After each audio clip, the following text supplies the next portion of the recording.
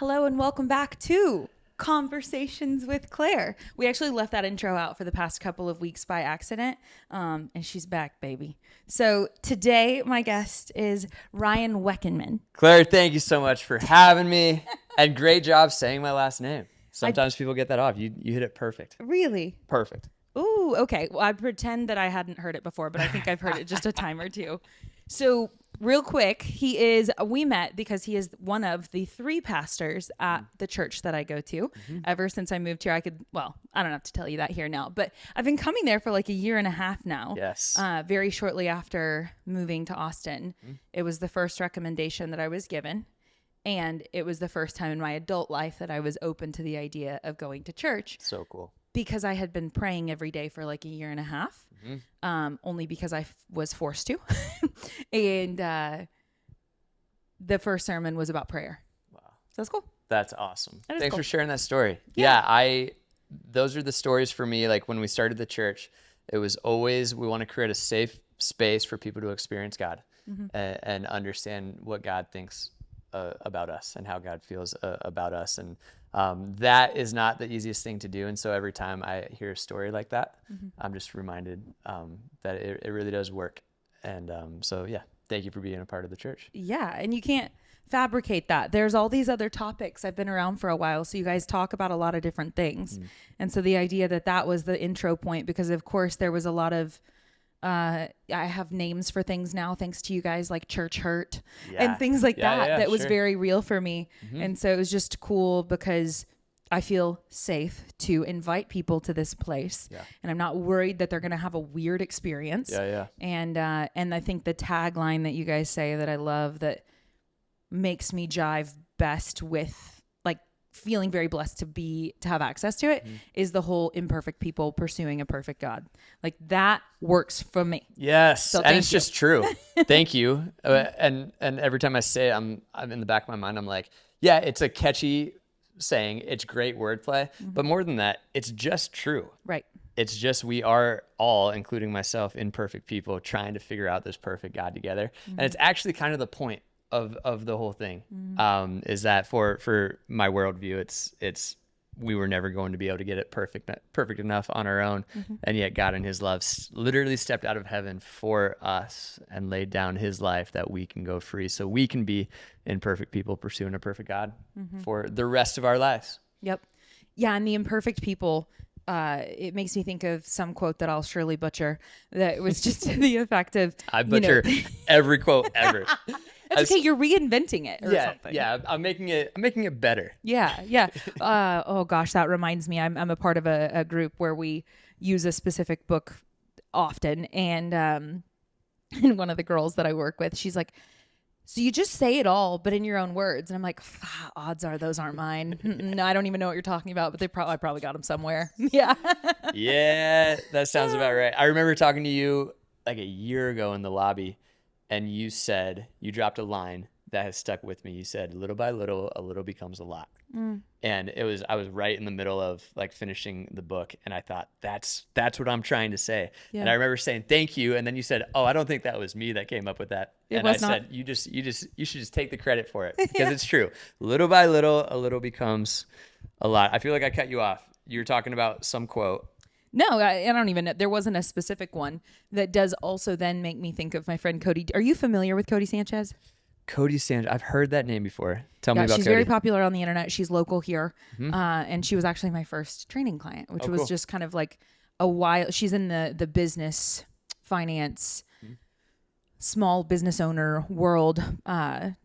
Very successful portfolio of small businesses as well as now media company. She's just... she's a stud. She's a stud, yeah. And she's very outside of the realm of anything I know anything about. So it's kind of cool that I got her, because I'm like, I would never be looking at that. And I'm still kind of a buffoon in business. Those people are the best. Yes. Like, I need you to explain this to me like I'm in 4th grade. And what I will say about her is especially the way that she's planting seeds with me right now. I didn't come from a financially savvy background, and that is very evident in the current pile of debt that I'm clawing my way out of. And what I see in all of my exposure to her since meeting her when I moved here is like, I haven't really had the capacity so far to use all the tools she talks about, but I hear her. And it's not for nothing. And so I think that's really cool. But one of the quotes, because she's constantly posting a ton of content and so on. And she's like, yeah, steal my homework and I'm going to steal theirs. So like it's the term she's using is steal, but ultimately like, yes, regurgitate something useful. Yeah, we are all just like throwing the ball back and forth. We're all like a team trying to figure all this out together. The bozos on the bus. Oh my goodness. We are all bozos on the same bus. Yeah. That is... we are imperfect people pursuing a perfect God.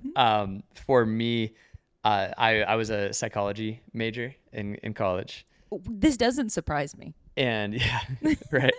No. So Claire, how does that make you feel that doesn't surprise you? And my favorite teacher, this was the last class I had my senior year. We sit down and her opening line, like first lecture was, we're all bozos on the same bus. So let's figure this out.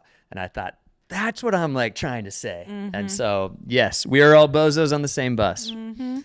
Which, okay, so speaking of the bus, I'm going to go ahead and round out my intro for you. And that is one, okay, so additionally, yes, you are the pastor, one of three, which I think is also such a fun vibe that we get these different experiences. Like, so Muddy walks on stage and I'm like, okay, this is the experience we're getting today. And what I mean by that is like, you got your brother who's going to like take the entire sermon to do like a Nemo reference and it's wonderful. Yeah, and then like each individual has such a different perspective and I love it. So, yeah, well, thank you. Yes. And thank you guys for being creative and doing that. I don't know if you had like seen that modeled somewhere or what. Honestly, it's just we love each other so much that we wanted to hang out more together. Yeah. And writing sermons is so much work that I'm like, we need a team. We gotta do this together. I cannot. What y'all do is it's incredible. Much less deliver 5 of them in the course of 24 hours. Yeah, it's a lot. Yeah. And I mean, we could dive into the whole. Like we're all very different, and so we kind of bring a different element to it, an angle to it and all that. So there's like strategic parts of it, but at the end of the day, it's just, we love each other and we love to talk about the Bible and it works better. We can go further together. And that's what I've been learning in life. That's very wise. Yeah. But like, seriously. Okay. So you were also the co-host of Afterthoughts Podcast, which is a relatively new thing, but y'all do that on what, Mondays perhaps? Yep. So on midweek, we have the sermon, and then what always happens is the three of us will sit down to work on a sermon, and inevitably we'll go, this could be a 2-hour long thing, but we have to get it down to 30 minutes, sometimes 40, every once in a while 50. But there's so much more content that we want to get into, and so we thought, let's create a midweek podcast where we can just dive deeper and kind of get different perspectives, bring some people on, hear some different points of view and all of that. So the Afterthoughts podcast has been a lot of fun, and it honestly has turned into like the hour that the three of us get to hang out, and those are always the best podcasts. So. I think it's a fun one I can only imagine, because you got to like condense the bangers, you got to get a hold of us and hold us as best as you can. And your attention spans are so short. Oh yeah. It's wild. I mean, you're a content creator, like everything the cuts have to be fast, like on social media and all that, which is something I'm awful at. But for me, my craft is like sermons from the stage, and I'll be like writing it. Books. What's that? Full-blown books. I know. But I'll be writing stuff and I'll think like, that's so good, but how, it's a 2-minute long story. How are we going to hold their attention? And I find myself just wishing attention spans were longer, which brings me to my main point, Claire, and that's that people need to be reading more, because the reason attention spans are going down, I'm convinced, is because we've moved away from books and we've gone digital on everything. And so now it's like next thing. And if we could just get back to the art of reading good books. It would change everything. Love that. I only started reading books less than 3 years ago. It was like shortly after getting sober and launching into my first version of 75 Hard, which I've done a bunch of times now.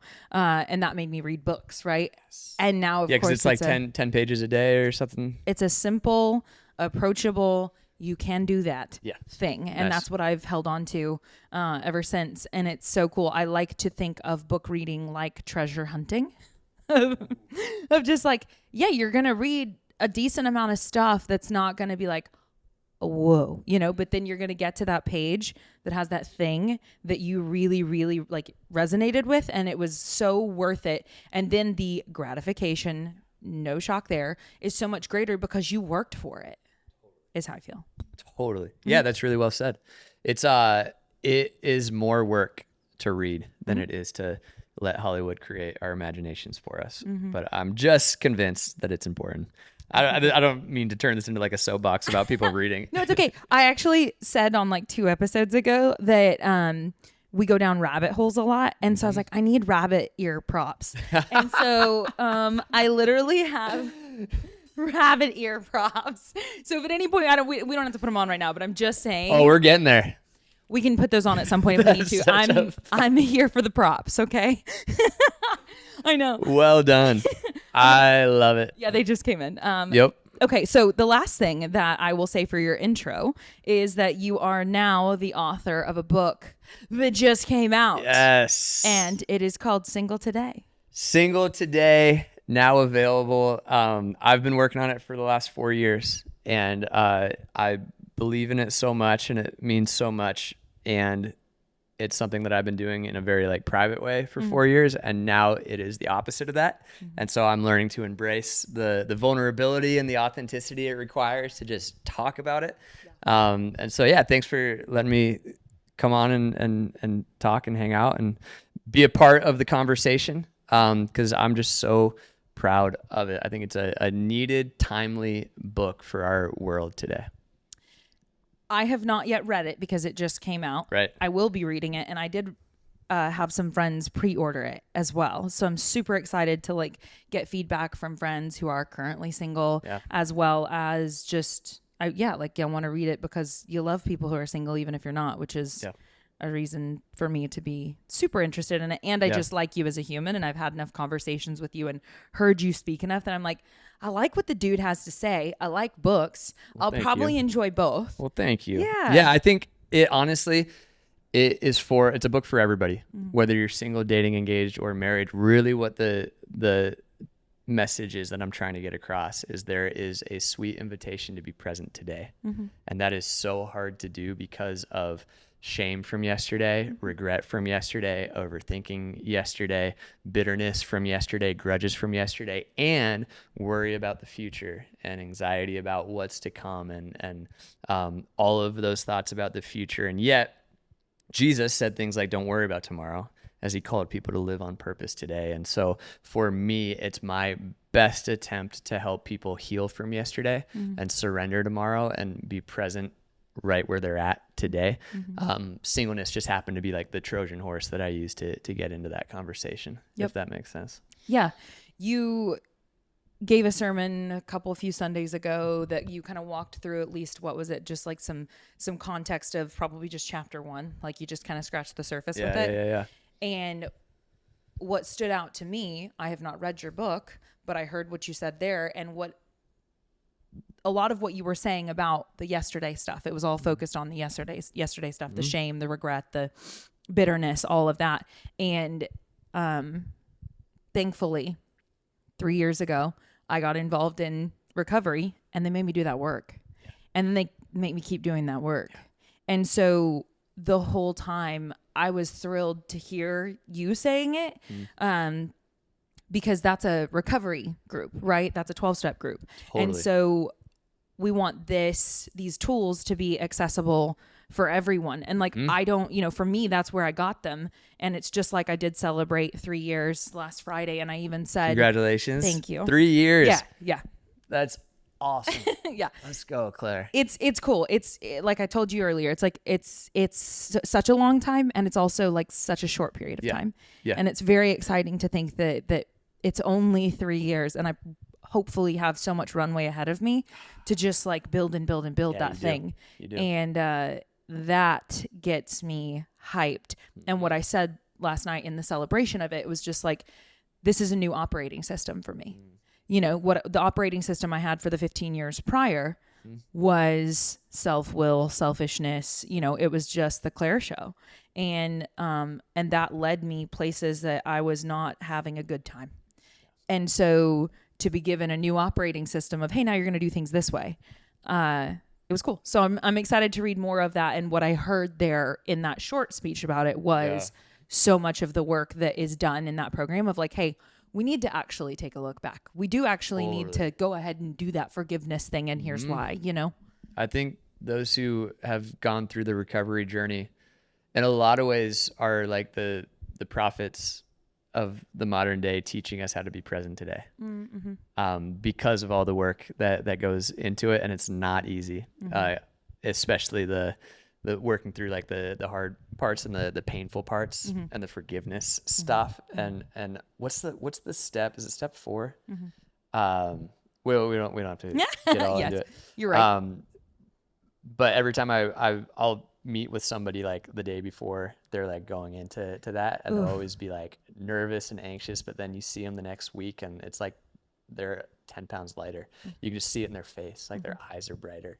You know, it's like they've just gotten rid of so much of the stuff from yesterday. And so yeah, I feel like I take a lot from we were talking before, I want to read I want to go through the whole thing. But like what a cool, at the end of the day, opportunity and invitation to realize that today, right? Like all the stuff happened in the past. We're all imperfect people. We're all bozos on the same bus, but today we're alive today, and you have breath in your lungs today. And so for me, the interesting question is, if I actually believe that there's a creator who created me and I still have breath in my lungs, that means that this breath right now is a gift from that God, which means God's not done with me, which means there's people in my life to love and encourage today. And so I used to spend so much of my time replaying the past, and now it's just kind of not that interesting to me anymore. I'm more interested in what God has for me today. And that's where I try to head in the book. So how did what got you to that point, like in your own experience? Because obviously this is single today, so it's like targeted towards singleness, and now we can better understand its really truly presence in today, which also then is as much as, and I love that I know that this will resonate, but like you've done all this work to be present, and your brain is still a human one, and so it still goes to the past all the time and the future all the time, and being present, even if it's something. Not me. I wrote the book, Claire. It's out now. I'm now perfect. Right. I am present all of the time. What is the future? All we have is now. So I don't even know what time it is. I am just here. It's man, I wish it was 4:44. It's been 4:44 a lot lately, so much that I'm like, should I rename the podcast? It's 4:44 somewhere. Anyway, because there's like that. It's 5 o'clock somewhere, yeah. And 4:44 would be way more on brand for me. To it. I don't know. Yeah. We can talk. Nobody steal that. Okay. It's 4:44. I don't own it somewhere. That's clever, right? I'm sure I got that from somebody else too. Anyway, okay. So singleness. Yeah. Why was that your foundation for this thing? And yeah, how's that going? Yeah, so I have been single my entire life, and I've been a single pastor for the last 10 years. How old are you now? Just over 10 years, 34. 34 years single. Bro, that's wild. Yeah. People don't do that. Yeah. Some people, it's a lot longer than a lot, not nearly as long as others. And for me, I have just always felt very confident and secure independently.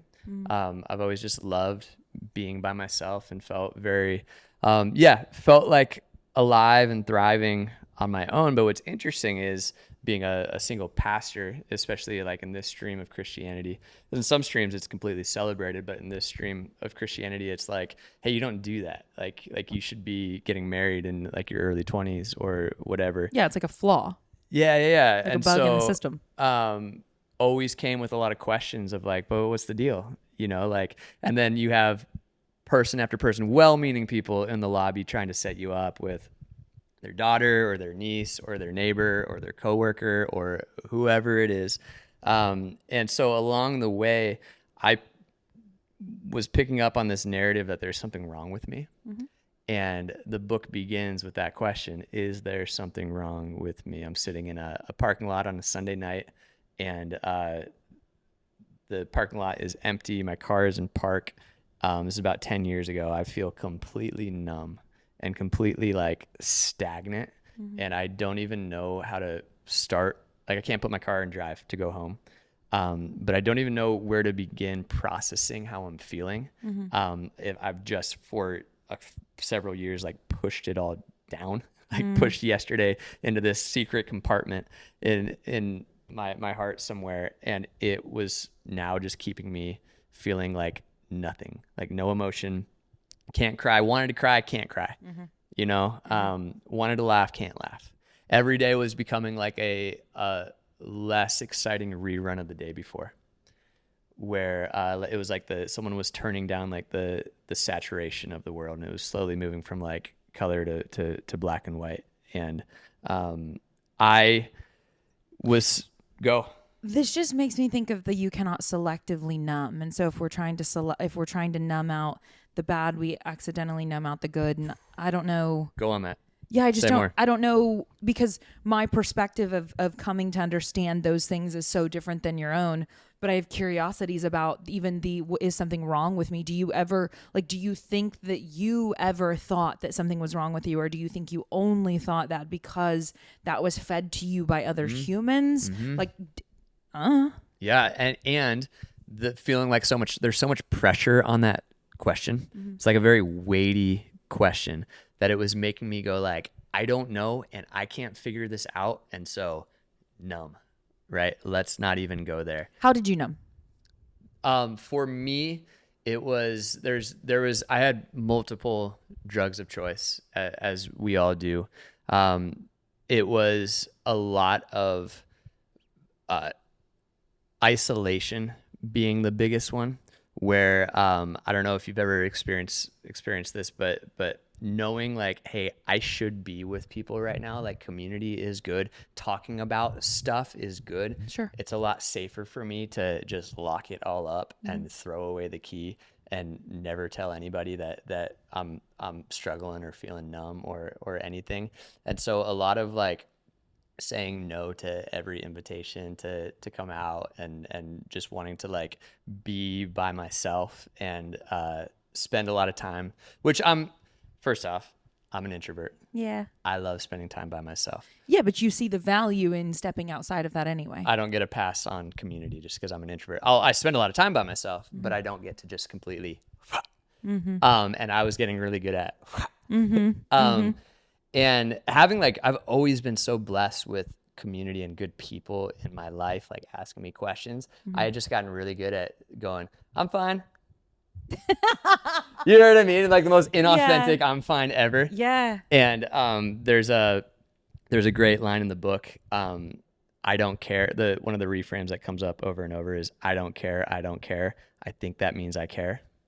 And learning how to identify that. Oftentimes I go, oh, that thing happened, but I don't care about that. I don't care about it.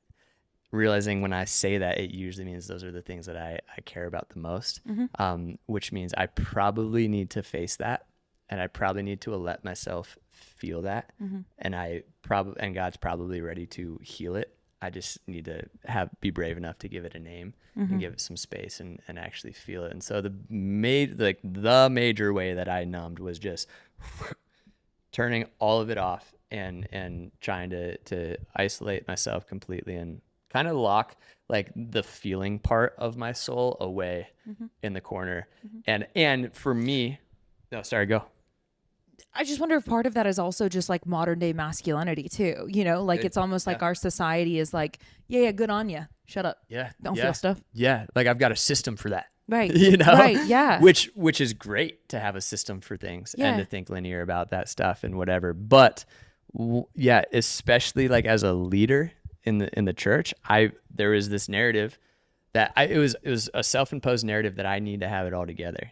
So I need to be fine. Oh my gosh. And you know what's wild is like all of the pastors that I looked up to were saying the exact opposite. Like Craig Groeschel always says, like, if someone would rather follow someone that's real than someone who's got it all together. I just butchered your quote, Craig. You said it better than me, but you get it. And I would hear that and I would genuinely go, yes, amen. Yep. Preach, Craig. Yep. And then I'd be like, but I'm fine. Right. And I wouldn't be good at like, okay, let me give you an example. I was at a guys group this morning. They're reading through Single today. And so I just went to hang with them and I asked them, I said, okay, naming our emotions. What's a difficult emotion for you to name? And the question came back around to me and it clicked for me. One of the ones that's always been very difficult for me to say is I feel embarrassed. So I'll have a moment in a sermon that doesn't go well. I'll stutter through it or I'll say it wrong or whatever. It's very hard for me to like go to Doug and say, hey, even though he's like the safest place in the world for me, hey, I said that thing in the sermon right there, and I feel really embarrassed. It didn't come out the right way. Or I was driving down the highway and I lost my temper and I feel very embarrassed. I've trained myself to go, you're not allowed to feel embarrassed. You have to just be okay. You have to be this like steady person that's always okay. And so you can see how that would happen where like I'm going through all these things that are embarrassing, but I feel like I can't talk about them. So instead I just, I'm okay. I push it down. And so I think a lot of it was a whole culmination of a lot of things, but a lot of it was always feeling like I had to pretend like I was okay so that I could be like a safe space for other people. Because that's what like a good pastor is supposed to be, you know? And I love it because it's almost like this cape got put on your back. Yeah. And then you thought, okay, now it's my responsibility to be this person because I want to be this person for others. This just makes me think so much. One, I'm curious, like, what is the pain that made you be willing to say something different?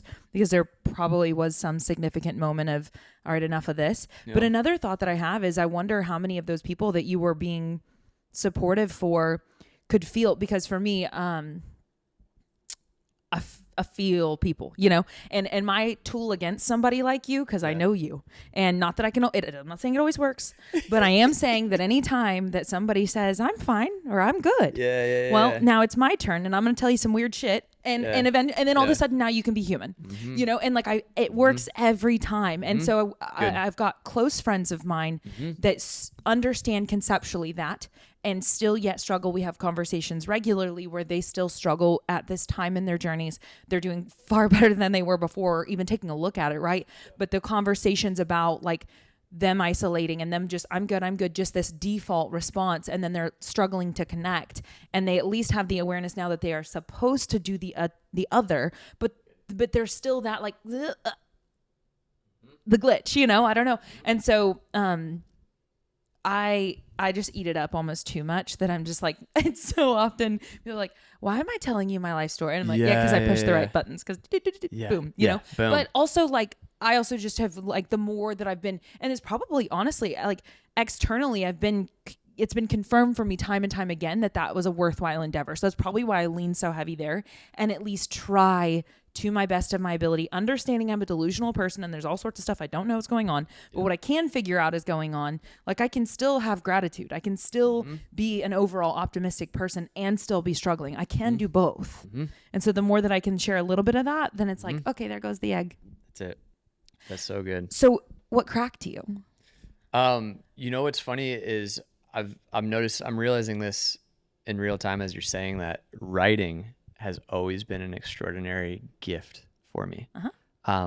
Because it is a private thing that then becomes public. So what it does is it creates a really safe space for me to work this stuff out. So if you're listening, watching this, you've picked this up by now. I'm an overthinker. So I live in my head, and it's a beautiful way that I believe God made me, but it means I have to like really sift through my thoughts before I feel comfortable sharing them. Like my friends who can just talk openly and authentically about exactly what's going, like I feel like it's a superpower. I feel like they're like doing a magic trick in front of me, you know, because I'm like, I had to sit in a coffee shop for 4 years to like work through those thoughts before I was ready to say it. But if you resonate with that, I feel you. And I have just learned, but this is how I'm created. And so like, what a cool avenue for me to do this. And so I think that's one of the reasons I love to write so much is, I got to a point I remember the exact coffee shop I was sitting in when I was writing chapter 11. It's called Single, Not Alone. And I was telling a story about, Doug and Ethan and I and a few other people have a group, like a community group. We've been meeting for over a decade. Oh, that's cool. And once a year we get together, and we were in Hilton Head. And is it Bro City? Is it a bunch of bros? Yeah. Okay, I love that for y'all. Yeah. That makes me happy. Yeah, it's so good. Okay, it's cool. the best. Okay. But we're in Hilton Head this year. This is a few years ago, and I'm sitting doing my like check-in, and I'm telling them about how I feel about my singleness and how like they're all married and have kids and stuff at this point. What were you telling them about how you felt about it at that time? So I start telling them, hey, I feel kind of strange about this. Like, I feel like there's something wrong with me. Right. And I feel like I'm like missing something. I feel like there's like this inside joke that everybody else is in on and I'm not there. And it makes me feel like I'm falling behind. It makes me feel like I'm weird. It makes me feel like you guys aren't going to want me in this group. And all it was met with was them just smiling. We love you. And we love you. Mm-hmm. And this idea that you can actually be fully known and still truly loved. Because it's usually one or the other, right? There's people that'll say they love you, but they usually don't fully know you. Mm-hmm. And then there's times where you share your story, which you do so well, and people are like, yeah, okay, I know like you're fully known, but whatever. But to actually have somebody see you, know you fully, and still go, yeah, we're good, man. You're the single guy. It's awesome. You have something to bring to the table. I'm sitting there going, this is what I needed. I needed community. I needed people around me to remind me there's not something wrong with me. Mm-hmm. Maybe life's less about being right or being wrong and more about being together in community. Mm-hmm. That was the thing that broke. So now I'm sitting in the coffee shop actually writing. It was a really cool moment. I'm crying and all that, but I'm sitting in the coffee shop working on that in a safe, in my comfort zone. And I start crying all over again, where I realize like everything is starting to click for me that, hey, whether you are single, dating, engaged, or married, you have an opportunity to live a full, abundant life today, right where you're at. And whatever society tells us, blah, blah, blah, blah, blah, all these different narratives for us, everybody's always going to have opinions about you should be at this point, by this point in your life, and all of these timelines. And am I running out of time? Am I falling behind? Is there like a shot clock up in the sky that's running out? And like all of those mind games that we play at some level are like, okay, they're real. Beneath all of them, though, is a God who sees you and goes, I see you, I love you, I'm with you, I knit you together in your mother's womb. I know you more than you know yourself, and I still love you. And so realizing that's true about God, and then realizing that's true about other people, that I have community in my life, like unlocked this box for me. And that's really around the time I started talking about singleness publicly and trying to really flip the script on how we view singleness. It took me getting to that point of realizing there's nothing wrong with me. It's actually just like how I'm wired, and so great. Let's rock and roll with it. Yeah. Does that make sense? It does. And for some reason it pulls me to just that my perspective. It's so interesting that like, so you've actually been single, chosen not to be in romantic partnerships, but how many individuals have spent, like, I don't think I know a human that wouldn't raise their hand if speaking honestly about even in relationship at different times, maybe not right this moment, hopefully not, but if they're in relationship that they feel alone, So like how many of us still, regardless of external relationship status, still heavily identify with this whole, it's just me out here, Yeah, loneliness is real. It's an epidemic. Yeah. And to your point, it's for everybody. Yeah. Single, dating, engaged, and married. In fact, I've had so many people reach out to me going like, hey, thank you. I've been married for 5 years. I needed to read this book. Yeah. Because what I'm talking about is the truth beneath like your relationship status is this truth that you're actually never alone, that God is Emmanuel, God with us. And so right now, right in this moment, wherever you're watching this, wherever you're listening to this, God is with you. He's closer than the very breath that you're breathing. And so the truth is you're actually never alone. Now, I know that's like easier said than it's easier to say that than to actually believe it, but that doesn't mean it's not true. Yeah. Yeah. Yeah. I think about a lot that it required a very high dose of pain and desperation for me to finally be open to, okay, you say you humans are telling me over there that seem to have a better quality of life than me that I need a God, and like I'd really like it if you'd not do that. Like I tell this story often. I came in those rooms and that word started coming up, and my skin was just like, I mean, I was like a cat, like that was just like, Like, stop doing that. That's not what I'm here for. But that little piece there of, I don't like the way things are going so much that I'm going to be open to something different. This actually then, I have a question, and I love this because I really have no idea if you're going to even know what I'm talking about or not. Like, you may know a ton about it and you may have never heard of it, and I have no idea where we're going to land.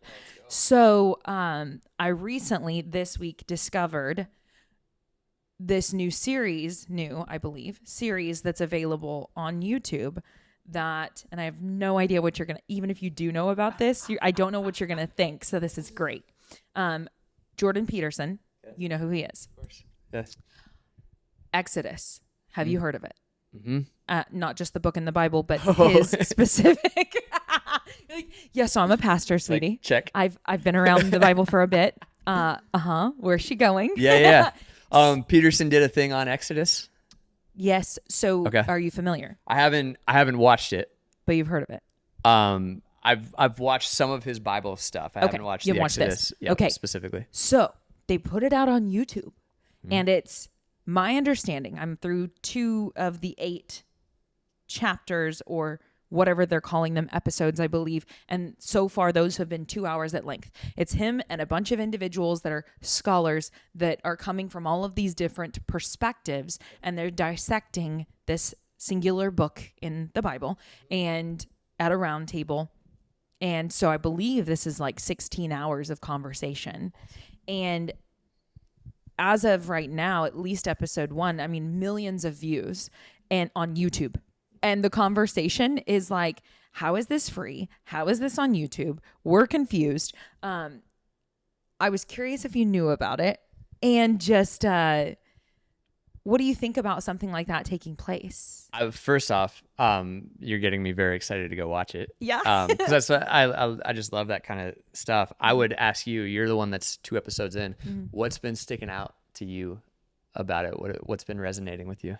I'd like to get through even more, as I'm already 4 hours deep, to give you a more like full answer. I think so my thoughts are, the Bible is a very profound book, right? It's also really old. And what I feel about reading that book is you got to want it. Like, you got to want to read that thing. Okay. Yeah. I'll also give you a bit of history for me that's pretty interesting. So my parents went to Oklahoma Baptist University. I'm from Oklahoma. That's Shawnee is where I'm from. That's the town that university is in. My father was a religious studies major. Okay. And for early days and for the first half or more of my lifetime, he was, I think he called himself non-theist, and then is agnostic now. Is atheist now, and has been atheist for a long time. Anyway, he is a wonderful father to me. I have a wonderful relationship with my dad, and I always have. Shout out, Dad. I love you. That being said, the point of all of that is I remember growing up hearing he's an audible learner. He's very intellectual, and he enjoys consuming things audibly. Yeah. So I remember as a child growing up, he's listening to a variety of different things. Some of them would be religious studies in some form or fashion. And I just remember as a kid, obviously, you want to go play ball with your friends, like you got other things going on, you know? Yeah. But I was just like, ugh. Just make it stop, you know? Yeah. And so as I'm listening to this, I'm laughing at myself, because here I am. You're like, who am I? Seriously. I'm like, what has happened? I'm 31 and I'm like looking on YouTube, and I'm like, what am I going to do with my little bit of free time right now? Oh, I'm going to listen to these scholars explain the book of Exodus. I love it. I love that so much. But so all I can really say right now is I'm simply hearing, 8 different individuals, something like that, perspectives about this text that has very profound meaning, good. And so I don't know that I really have much more to say other than I'm just consuming it at this time and gaining different perspectives from individuals who have spent a lot more energy trying to understand it than I have. That's so good. That's it. There's a pastor named John Mark Comer. Y'all refer to him up there sometimes? Refer to him a lot. Author. He's just a phenomenal thinker. And he just put out a new book called Practicing the Way. It's all about practicing the way of Jesus. But the tagline on the back is "The future is ancient." The future is ancient. Oh, I like that. And what he's getting at, my read on that, and I think I got that right. My read on that is, as the world continues to become just more and more crazy and confusing and difficult to understand, we are going to turn back to ancient wisdom and ancient truth that has been there for thousands of years. Like the way of Jesus has been right in front of us for thousands of years, but it's been really easy to avoid and to ignore because now we have phones and now we have next video, scroll. I don't have time to Sabbath. I've got too many things I have to do. And what I see happening in my own life, and I've been praying for this and in so many people's lives, is a longing for something deeper and something real. And I think that's why some YouTube video about a bunch of scholars talking about Exodus is resonating with millions of people. Right. Because they're going, we need some substance in a world that is so surface level-y. There has to be some deeper truth going on here.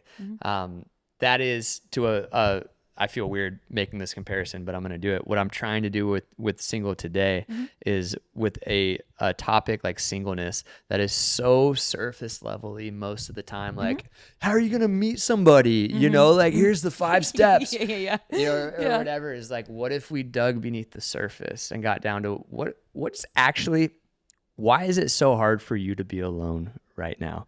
And what if you went on this journey and realize that you can actually get to the point where you're content where you're at today? And then, hey, maybe you'll meet somebody who's also been doing the same work and it'll be great, or maybe you won't. Either way, you're going to be okay. What I'm chasing is what is the truth, like a few layers down in the human heart. And so I feel very silly comparing Single Today to what we were talking about before. No. Okay, well, thank you. But that is what I see the world becoming hungry for. In a day where we just shout like opinions online and we argue about politics and we call it a day, and everybody tries to be a little bit louder than the other person so they can get more followers or whatever. I just feel like there's this sweet invitation that is ancient, that has always been there, to, as Jesus says, come to me, all you who labor, and I will give you rest. Take my yoke upon you and learn from me. Let me handle the hard stuff. Let me take care of the sin problem for you. Now you can just be present with the people that are right in front of you. And I think that is starting to become more and more compelling to people, and that's why so many people are clicking on a YouTube video. Does that make sense? Totally. I cannot gauge what of this is actually becoming more popular and what is me turning my gaze. Like, I truly can't tell, right? So there are numbers on the internet and it's very hard to contextualize those. In fact, we talked about how you're sharing the message on the internet and how it's a very weird, you're so used to in the room, the real human connection and kind of the like struggle of that. So weird. Which I just want to take this like a totally different direction now and be like, I want you to rate my studio right now. Like, tell them the truth, tell them about the Yeti, tell them about the foam roller. Like, there's a couple toolboxes back there. You see this, but what's on the other side? I love it so much. It's like a little so Sony camera, and it's funny. It's anyway, so good. Okay. So I just can't tell. Like, I can't tell what of it is actually gaining popularity, which I suppose millions means yes, right? Yeah. It's a little bit of both, but it's certainly gaining popularity for sure. Yeah. Yeah. And then from there, so this is, I mentioned her right when you came in too about my grandmother and the whole happy in Jesus thing, right? Yeah. And I don't want to quote her incorrectly either, but my understanding is, because of course she just so happened to, like, if you've been around me for any length of time, you already know this. So if you've been hanging out listening to this podcast, you're not new to this, but like I've said and will continue to say that, like, the mission for me is like the light that she carried, like it's just to share that. And if I do a fraction, like I did the job, you know, like that's the goal, is like who she walked this earth as was not a human to me. And she was the most involved person in my childhood. And I always saw her show kindness to everyone and generosity and love. And I was behind closed doors with that woman. And I never saw, I mean, it like exposure to her showed me that that's an option. Like I literally that caliber of a human existed close proximity in my life for so many years. So like, okay, that can be like, I might as well strive for that. That's cool. Right. But with the Happy in Jesus thing, which was her tagline, it's on her tombstone. It was in front of her home every Christmas. And so of course she would get asked quite a bit about like, why that, what, you know? Yeah. And my understanding is it kind of just came down to, and this is what I love that's so interesting. I've got a mentor who says a funny, quirky thing to me about this. She said, well, my life is better because I choose this, you know? And so that's enough. And she certainly, you know, she was a Christian and so on. But for me, turning my gaze is stems from this, what feels selfish to have a better quality of life, right? Like I was willing to do it because like I didn't like what was going on. And so, okay, fine, I guess I'll try to do this God thing. Yeah. I don't know. And then it gives me access to a better quality of life. So even if it's an interesting thing to play on, and I don't know that I have any sort of other than just in the thick of thought about it. Yeah. Of just, okay. Cause that mentor of mine says, sweetie, we don't have an altruistic bone in our body. We're selfish, you know? Yeah. I love her. And I'm like, yeah. Okay, so even when I'm doing good, I'm trying to be selfish. Dang it. Yeah. Can I share something that's on my heart? I've been saying this. I've been going to a lot of groups who are reading Single Today, and oftentimes three or four times now, it's led me to share this thought. And I don't know if this will resonate with anybody, but when I was a freshman in college, I read constantly, and it was because I had read an article that quantitative psychologists made a lot of money, and there weren't a whole lot of them. And I wanted to make a lot of money. And so I was reading to get good grades to get into grad school so that I could become a quantitative psychologist and make a lot of money. So I was reading every day, but reading was a means to an end. I was reading to make money. Yep. Along the way, a lot changed in my life. But reading has remained to be something that I absolutely love to do. And what's funny about it now is I try to read every night. Most of it's like fiction, you know, like not going to help me in my career or whatever at all. I love to read, and it's no longer to make a lot of money. It's now not a means to an end. I just love it for what it is. Like I love the art form. I love the craft. And I think following Jesus and Christianity for all of us begins as a means to an end. That we do it because it helps us make sense of a really hard circumstance that we might be in. Maybe it helps us get sober. Maybe it helps us find community and feel less lonely. Maybe it helps us, it brings us peace when we're feeling very anxious.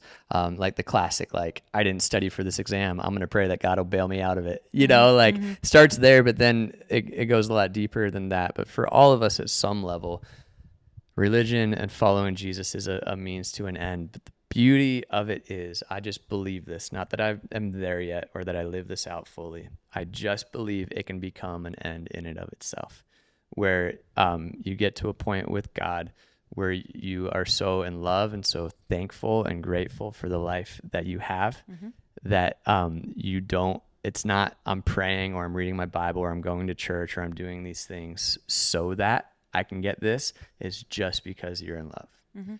And I never got to meet your grandma.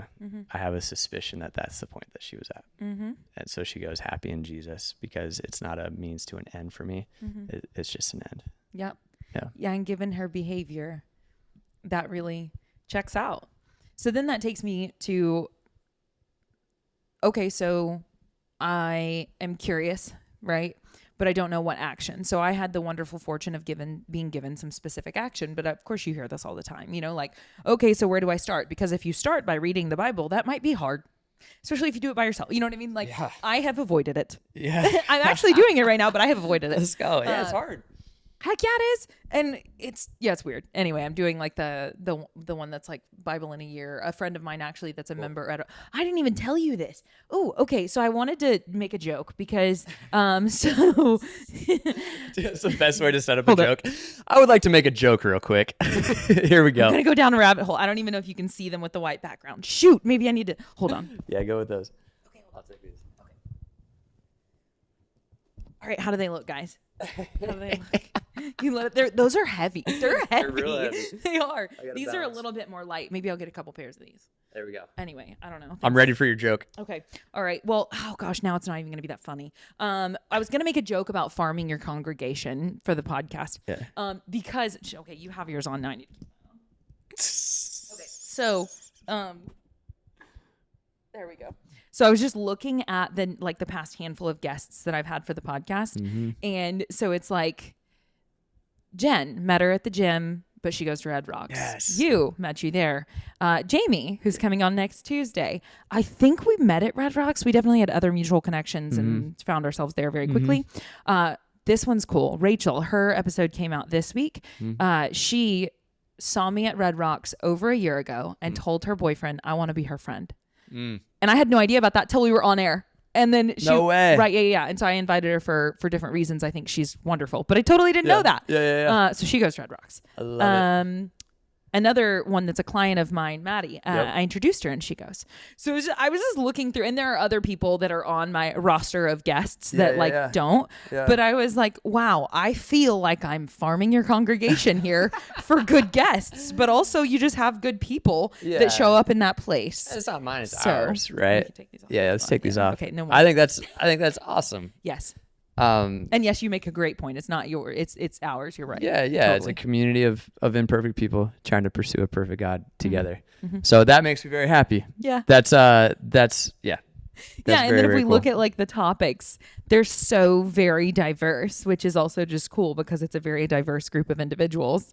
Okay. So I do want to go back to the singleness thing, and then I kind of maybe want to touch on it with the time we have, like the whole online connection struggle thing. I want to go there, but the singleness. Yeah. In this moment, as you've spent your lifetime, certainly your adult life, grappling with, is this an inherent feeling? Is something wrong? Is this a feeling that I feel like has been placed upon me by others? Yeah. Do I agree with this? Wherever you're at in that grapple, do you feel like singleness is something that you have attached your identity to in a way that like how do you feel about that? Do you even have feelings about it, about like where you want to go with it or anything like that? Great question. And these are the questions that come up with this topic, because it is such a important conversation that changes your life drastically, being single versus most of my friends who are married, have kids and all of that. Yeah. And so it's forced me to like really look in the mirror and really ask the difficult questions. For example, am I just single because I'm super independent? Am I single because I'm scared of commitment? Because I'm scared, or I don't believe that I'm actually loved or lovable? Like all of those questions, right? And the more that I've done that work for me, the more I keep coming back to, no. Yeah. I'm just single because I really love life. Yeah. And I don't have a love life. Yeah. And that's okay. I just really love life and I don't have a love life. I kind of love that. Right? Yeah.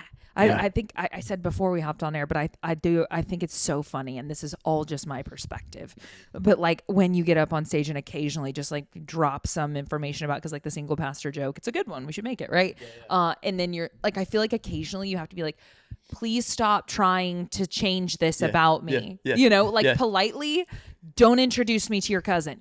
You know, is what I see. This is not reverse psychology. I promise. Yeah. And then I just feel for you, because I'm like, dude, this is an endeavor, because it is so innate within us or something to desire that. Yeah. So then we have to, like, we operate from the assumption that like, surely if me and everyone else does like really wants this, then like surely you want it too. And to make it even more complicated, I'm a huge proponent of marriage. Yeah. Right? It's the second page of the Bible. It's not good for us to be alone. man should leave his father and mother and hold fast to his wife. The two shall become one. I officiate weddings all of the time. Right. I'm constantly pushing people towards that. I think it's a beautiful thing. Yeah. It's just not for me. Mm-hmm. And as soon as I say that, people's immediate question is like, so forever? And my response to that, and this is where a lot of the book stemmed from, is how could I possibly know the answer to that question? Right. Like sometimes we approach God like it's like we start following God on Monday, and then on Tuesday there's like a portfolio on our desk of like, so here's your next 60 years, Claire. Like here's how many episodes of Conversations with Claire you're gonna do. Here's all of your guests, and here's where you're gonna live, and right. And it's like that's just not. Meanwhile, Jesus says things like, "Don't worry about tomorrow." Like we don't know, and so to get to a point where I can go, I want to be single the rest of my life, and that is fully 100% true today, and then go into the day with complete open hands, knowing that if that changes tomorrow, that doesn't make me inauthentic today. I think that's where all the freedom is at, and people don't quite know what to do with that, and that's where I just hand them single today, and emphasis on the word today. Does that make sense? It makes perfect sense. I think that you articulated that very well. Thank you. Seriously. And, it's been interesting in the past few years to try to lean more into this whole Claire's not running the show because she makes big messes. And I still mess that up a lot, and all those delusions that I'm like, whoa, wait, what was that? You know, relationally, because relationship with others is a huge part of our lives, whether it's romantic or whatever, familial, colleagues, you name it. We're going to have to deal with other humans, and it's going to be one of the most profoundly impactful experiences of our lifetime. So like, we might as well try to learn a thing or two about how to do it well, right? Totally. But it's been so cool so far. We're just here today. There's stuff I don't know about going on, right? To just pray in the morning, which was that very first step that I was taught about any of it, to say for me today, like, hey, can your will be done instead of my own? Like just this constant, like, hey, instead of me trying to get a hold of this thing and maneuver it the way that I think that it needs to go, because I'm so smart and I know what's best and I'm going to fix the situation because I'm a fixer. It's literally what I do as my job. You know, like as a coach, like, here, let me fix your movement. Let me fix your nutrition. Watch these tools. That's funny. Oh my gosh. Oh, it's, and then I'm it comes so to grateful faith for the friendships that I have. And now my romantic partner that like, he's a good one because he's so smart. That like, that has enabled me better to go, you don't need me to fix that. You're good.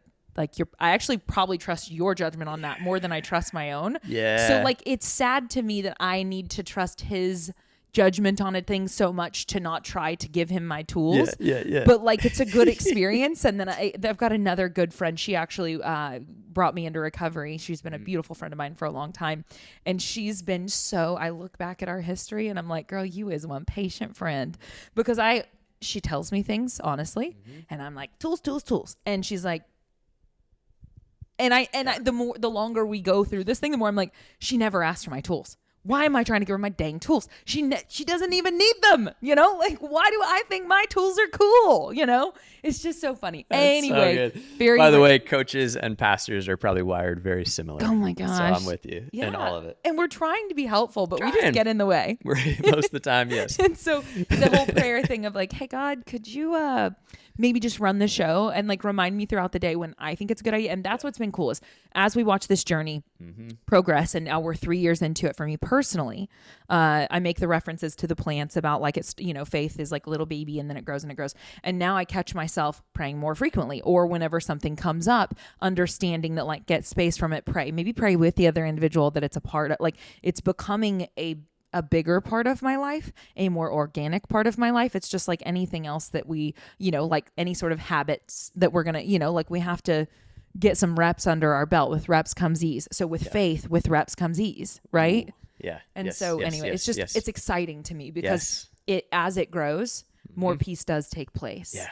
And I think that that's something we all desire feeling. That's so well said. The imagery that I've always found super helpful in scripture is fruit. Paul calls it the fruit of walking in step with the Spirit. It's love and it's joy and it's the peace, like you just mentioned, the patience and the kindness and the goodness and the self-control.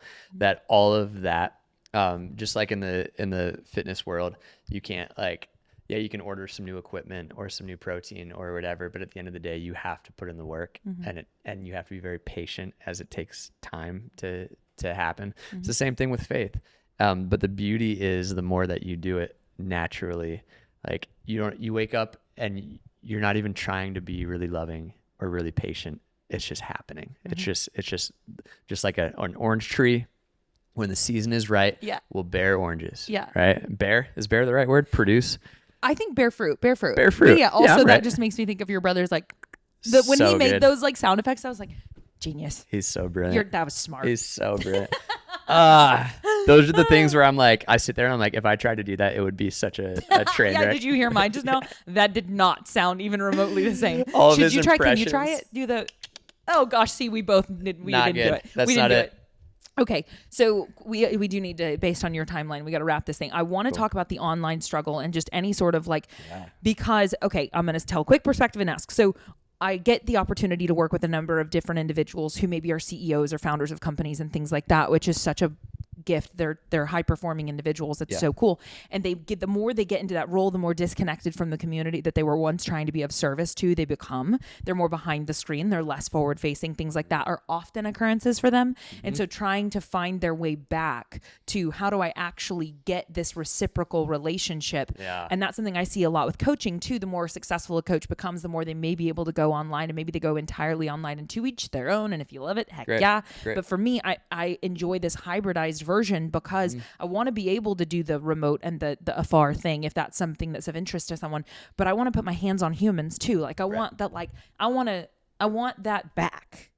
So maybe that's selfish. So what do you think about the whole communicate your message online? Yeah, no, I don't think that's selfish at all. I think that's what we're created for is okay, don't take what I'm about to say the wrong way. I think scaling something is a really cool way to not bury the talents that God gave us, but rather multiply the things that we're doing. And so I'm all for that. Like in the church world, we look for ways to do that as well.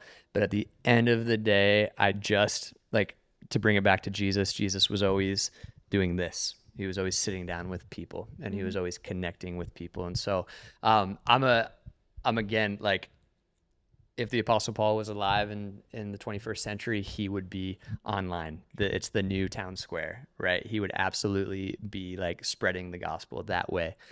He would also be sitting down with people, and he would also be not isolating. And that human connection will always be it at some level. And so it's not an either or for me. It's not a problem to solve. It's a tension to manage. I'm in a season where I'm back to trying to be a voice online, and doing that strategically and on purpose. And that's great.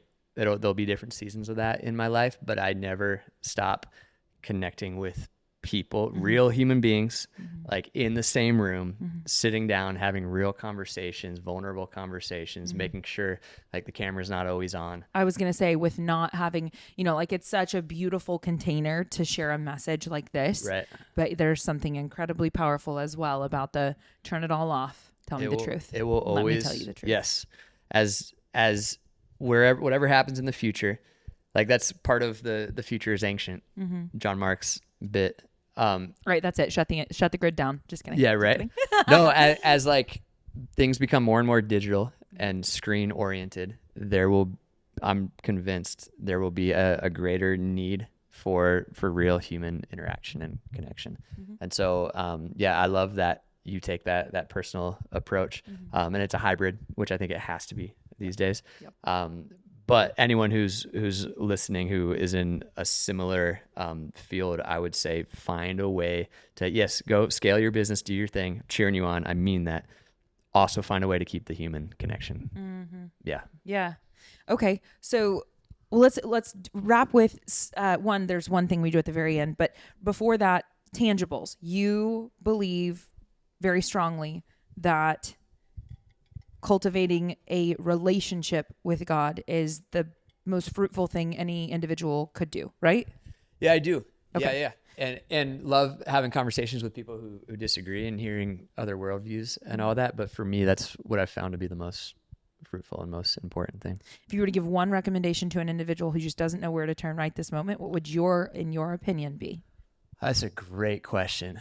To me, reading the Gospel of John is like, if you're willing to give a few weeks and a little bit of energy to this, it's online. You can find Bibles anywhere.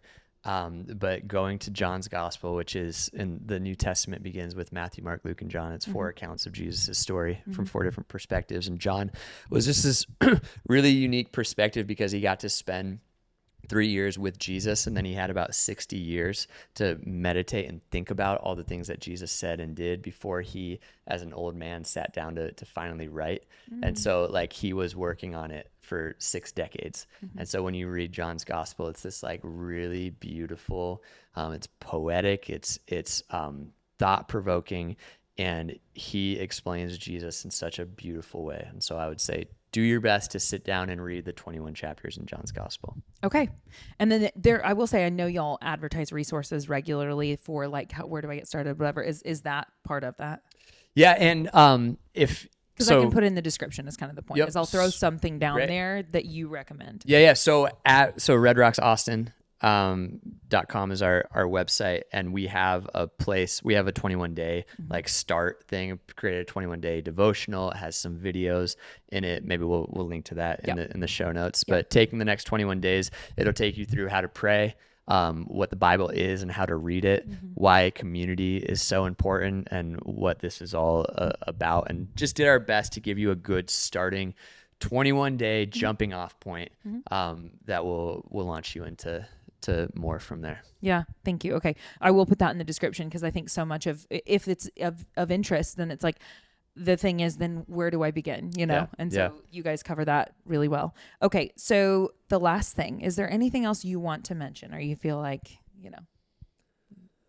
what else do I want to mention? That's a great question.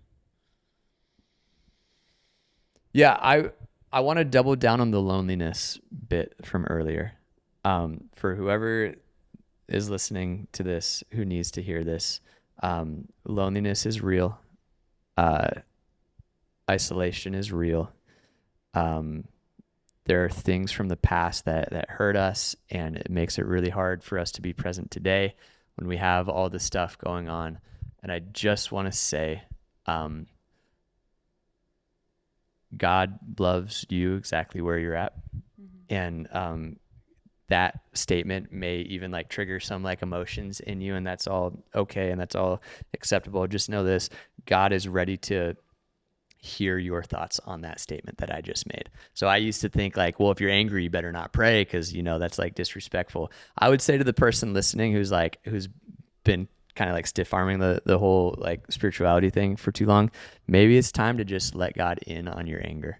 Maybe it's time to let God in on your pain and on your struggles, and saying things like, God, where were you in that moment? And God, I don't like that happened. And God, would you show me who you are and show me where you are? I think God loves those prayers. And God is plenty big enough to handle all of our words that we may have. And so I think I would just want to start there as a let me be the one to remind you that you are never alone. God is always with you. I think you're cool. All right. 3 things you're grateful for today. Yeah. Getting to utilize technology to talk about the book. Yeah. I've gotten to do a few of these today, and it's so weird at some level, and yet it's so awesome. Yeah. And as much as we complain about, it or whatever, like we get to get our message out to the world. And so I'm very, very grateful for that. I am incredibly grateful that although I'm single, I'm not alone, and I am spoiled with community. And that's something that I've had to fight for and fight hard for, but I'm just surrounded by the best people. And so I'm thankful for that. And then I want to say I'm really, really grateful and thankful for Red Rocks and for the church that that we all get to build together in a community of imperfect people pursuing a perfect God together. And thank you for being a part of that and being such a great voice in it. And it's cool. It's been a cool experience for me because I've come in saying, I'll hear what you have to say. I don't know that I'll agree with everything. Yeah. And I have felt very okay to do that this whole time and be that imperfect human and all of those things, because I very much so am. And I'm just listening and I'm not always sure how I feel about what's being said. And I feel like I walk away and it's an absolute net positive and I don't have to understand and agree with everything to feel, and I don't know that I do or don't, but, and it's a neat thing is that feels like a very safe place to do exactly that. So yeah, that's awesome. I share my 3 gratitudes. So please. My 3 gratitudes today are: 1, I am grateful to have access to dental care. I had a piece of my freaking tooth come out the other day. I'm not kidding. Yeah. So I've got like a nice little thing I'm working on next week. Yeah. But there. At least, so as much as I have like fear around that, I don't enjoy going to the dentist. Like, I'm really not happy about this. It's a financial expense, like all these things. I have abundant gratitude that I have access to care where I can get it taken care of. Nice. Yes. Well, because you're here, it makes me think I'm grateful for my grandmother. She's the person who introduced me to this thing. And so to be able to be here now is a really cool thing. And last but not least, I'm also grateful for community, not only at Red Rocks, but at gym where I work. I was just there right before this, and like I go in and that place is just a vibe, and those humans are just getting after it, and like you cannot be uninspired in those walls. And so I'm grateful for that. So good. That is it. Okay. So you guys go buy this. That's a wrap. I will put in the show notes both where you can do the whole 21-day thing, where you can get this book, and where you can find Ryan and communicate with him if you would like to. Also, I have a coaching business, and if you want to work with me remotely or in person here in Austin, Texas, or online, I do 1-to-1, I do group. It'll all be in the description. You can check it out there. And we just hope that you choose to have a beautiful day.